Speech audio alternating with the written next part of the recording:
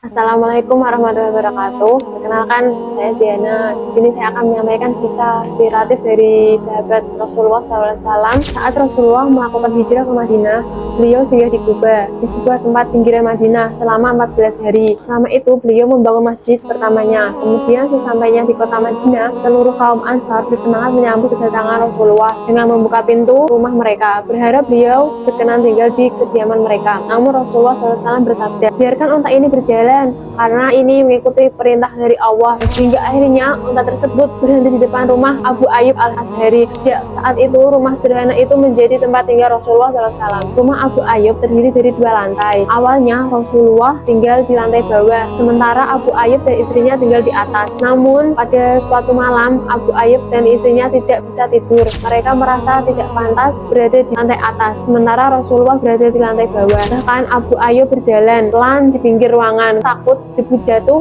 dan mengenai Nabi Muhammad SAW. Hingga pada suatu malam, gentong air milik mereka pecah dan airnya berjajaran di atas lantai atas. Mereka segera menggunakan selimut yang mereka miliki untuk menyerap air agar tidak meneteskan ke bawah. Keesokan harinya, Abu Ayyub berkata, "Ya Rasulullah, aku tidak sanggup berada di atasmu, sedangkan engkau berada di bawahku." Dia pun bercerita masalah gentong air dan akhirnya mereka pun bertukar tempat. Rasulullah SAW tinggal di rumah Abu Ayyub sekitar 7 bulan hingga pembangunan masjid selesai. Setelah beliau pindah ke kamar yang dibangun di sekitar masjid, namun tetap bertetangga dengan Abu Ayyub Al-Ashari. Pada suatu ketika, Abu Bakar dan Umar keluar dari masjid karena mereka sangat lapar. Tidak lama kemudian, Rasulullah SAW juga keluar dengan kondisi yang sama. Lalu beliau mengajak mereka menuju rumah Abu Ayyub Al-Ashari. Abu Ayyub memang selalu menyimpan makanan untuk Rasulullah SAW.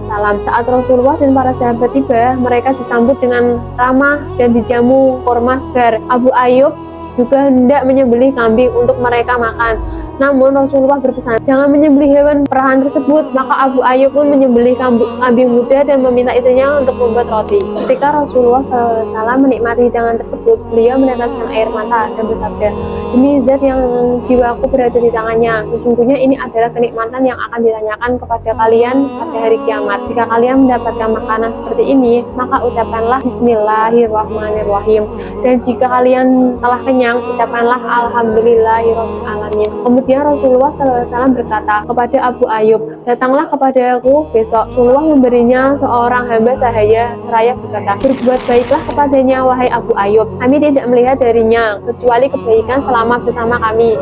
Abu Ayyub pun membawanya pulang. Sesampainya di rumah, istrinya bertanya, "Milik siapa dia?" Ia menjawab, "Milik kita. Ini hadiah dari Rasulullah." Istrinya berkata, "Hadiah yang sangat berharga dan mulia." Abu Ayyub pun berkata, "Demi Allah, tidak ada cara terbaik untuk melaksanakan wasiat Rasulullah selain dengan memerdekakannya." Abu Ayyub Al-Ashari ini juga merupakan seorang mujahid. Ia tidak pernah tertinggal dalam peperangan. Perang terakhir yang ia ikuti adalah saat pasukan yang dipimpin oleh Yazid berangkat untuk menaklukkan Konstantinopel. Saat itu usia Abu Ayyub sudah sekitar 80 tahun. Dalam peperangan tersebut ia jatuh sakit. Yazid pun menjenguknya. Abu Ayyub berwasiat agar salamnya disampaikan kepada kaum muslimin dan ia meminta agar jasadnya dikuburkan sejauh mungkin di wilayah musuh. Tak lama kemudian ia pun menghembuskan nafas terakhirnya. Jadi kisah Abu Ayyub Al-Ashari mengajarkan kepada kita tentang adab dan kecintaan luar biasa kepada Rasulullah SAW. Bahkan dia merasa tidak pantas berada di atas beliau. Hal ini mengajarkan kita untuk memuliakan agama, menghormati ulama, dan menjaga adab dalam setiap keadaan, dan juga totalitas dalam berbuat kebaikan yang ditunjukkan oleh Abu Ayyub. Semua dilakukan dengan ikhlas. Ini menjadi teladan bahwa kebaikan terbaik yang dilakukan dengan tulus, maksimal,